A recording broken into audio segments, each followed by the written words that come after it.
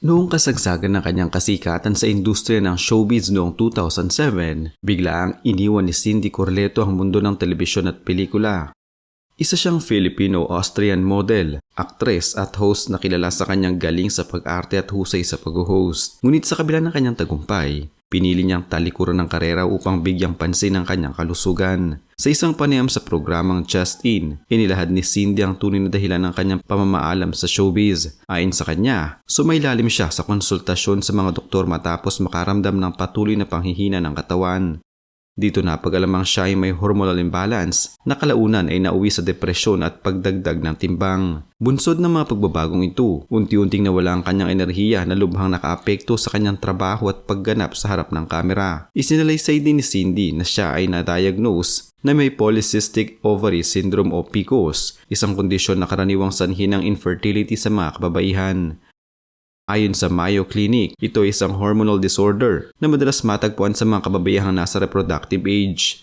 Sa panahong iyon, sunod-sunod na mga proyekto ni Cindy, kasama na rito ang kanyang pagganap bilang Cassiopeia sa Encantadia, pagiging host sa Itbulaga at bahagi ng comedy show na Daddy Di Dodu. Bukod dito, abala rin siya sa iba't ibang pictorials para sa mga billboards at sa mga trabaho niya sa MTV. Dahil sa sobrang dami ng kanyang ginagawa, sinabi ng doktor na ang kanyang lifestyle ay lubhang nakakaapekto sa kanyang mga hormone. Ipinaalala sa kanya na kung nais niyang magkaanak balang araw, kinakailangan niya magpahinga at bigyang laya ang katawan sa matinding pagod.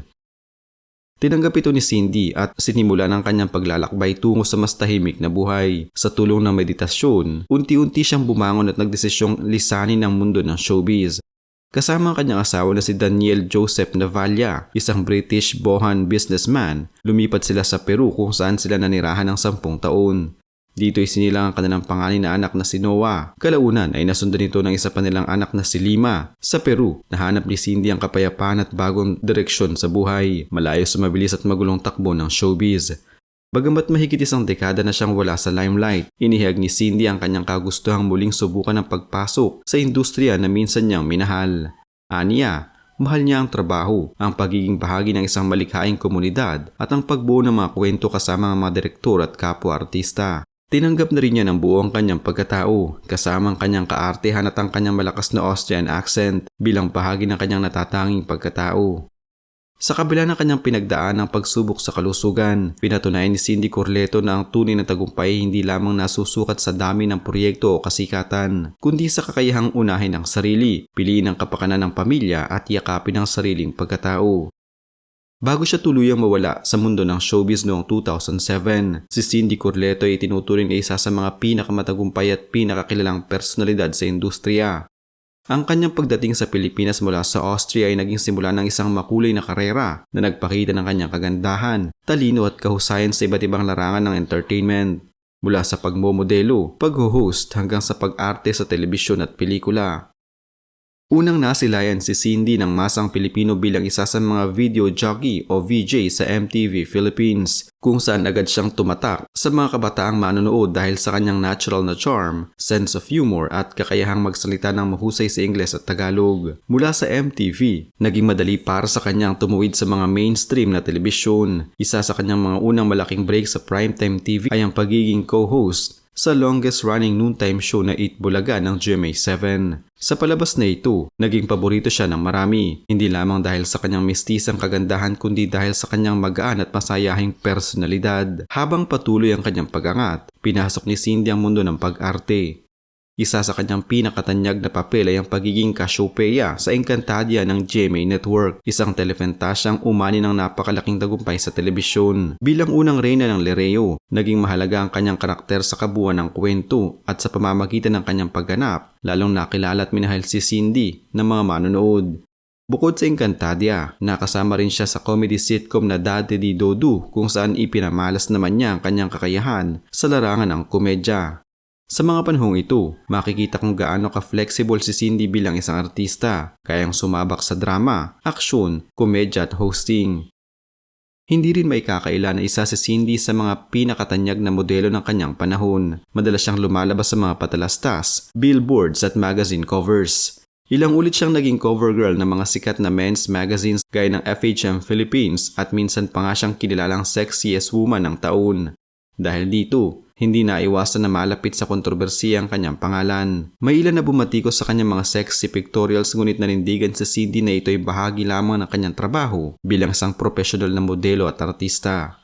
Sa kabila ng kanyang kasikatan, bihira siyang masangkot sa mga personal na issue o alitan sa kapwa-artista, maliban sa ilang intriga kaugnay ng kanyang pagiging cover ng men's magazines at mga haka-hakang romantikong ugnayan. Nanatili si Cindy na isang pribadong tao pagdating sa kanyang personal na buhay.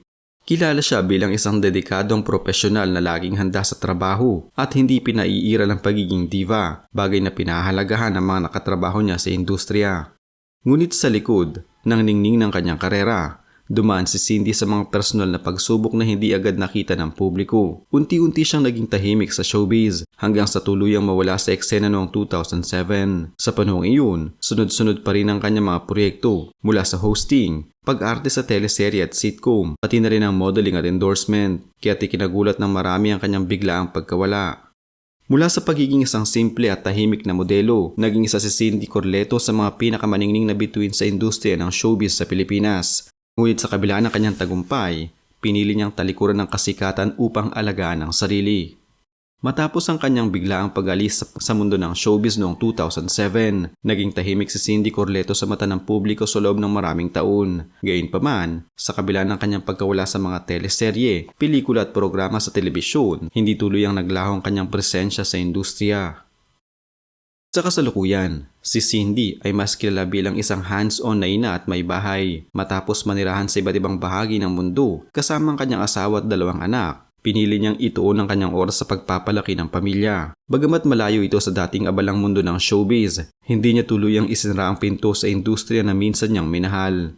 Isa sa mga makabagong bahagi ng kanyang karera ay ang pagiging endorser ng mga produktong may kinalaman sa kalusugan at kagandahan, tulad ng Myra Ultimate, isang kilalang anti-aging skincare supplement. Sa pamamagitan nito, muling nakita ng publiko ang kanyang natural na kagandahan at ang kanyang paninindigang alagaan ang sarili.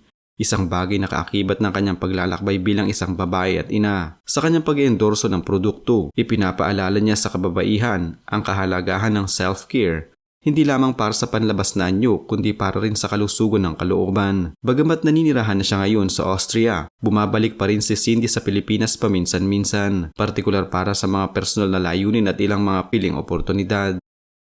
Isa sa mga makabuluhang kaganapang nilahukan niya kamakailan ay ang Read Your Roots, Voices of the Philippine Generations, isang event na naglalayong itaguyod ang kulturang Pilipino, literatura at pambansang identidad. Bagamat wala pa siyang konkretong anunsyo tungkol sa pagbabalik sa telebisyon o pelikula, inihag ni Cindy sa ilang panayam na bukas pa rin ang kanyang puso sa showbiz kung darating ang tamang proyekto. Sa kabuuan, ang kasalukuyang buhay ni Cindy Corleto ay isa ng balanse sa pagitan ng pagiging ina, isang mabuting asawa, isang tagapagtaguyod ng self-care at wellness at isang personalidad na patuloy na nagbibigay inspirasyon. Mula sa kanyang dating glamorosong buhay sa harap ng kamera, ngayon ay tahimik ngunit makabuluhan ang kanyang pag-iral. Isang patuloy na ang tagumpay ay maaaring magbago ng anyo, ngunit mananatili itong tunay kapag pinili para sa ikabubuti ng sarili at ng pamilya.